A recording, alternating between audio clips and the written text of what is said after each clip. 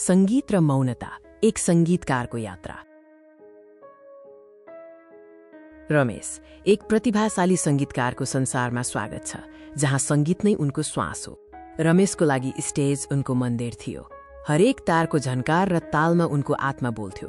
संगीत केवल एक कला थिएन, यो उनको पहिचान थियो, उनको जीवनको आनन्द र सम्पूर्ण अस्तित्वको आधार। तर अचानक त्यो मधुर संसारमा एक अपत्यारिलो चुनौती आयो, मौनताको सुरुवात।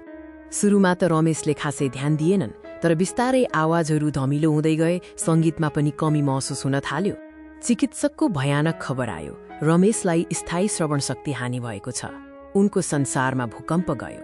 संगीतको आवाज बिना उनको पहिचान सङ्कटमा पर्न गयो। उनी अब के थिए? आफ्नै रचनाहरू सुन्न नसक्दा रमेश हताश भए। उनले आफ्नो उपकरणहरू छुन पनि छोडे। आन्तरिक द्वन्द्व सुरु भयो। सुन्न नसकिने भएपछि के संगीतको सृजना सम्भव छ? उनले सोचे, मेरो कलाको भविष्य के होला? कि मैले सधैँका लागि संगीत छोड्नुपर्छ? तर एक कलाकारको आत्मा सजिलै हार मान्दैन।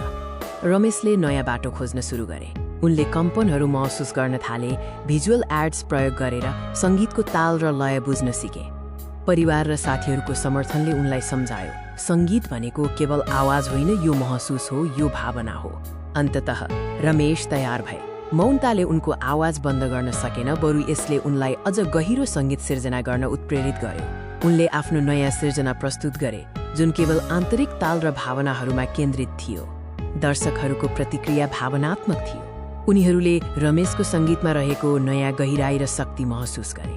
रमेशको यात्राले प्रमाणित गर्छ कि सृजना कुनै शारीरिक सीमाले रोक्न सक्दैन। कला भौतिक सीमाभन्दा माथि उठ्छ। यदि तपाईसँग भावना छ भने तपाईँ जहिले पनि सिर्जना गर्न सक्नुहुन्छ।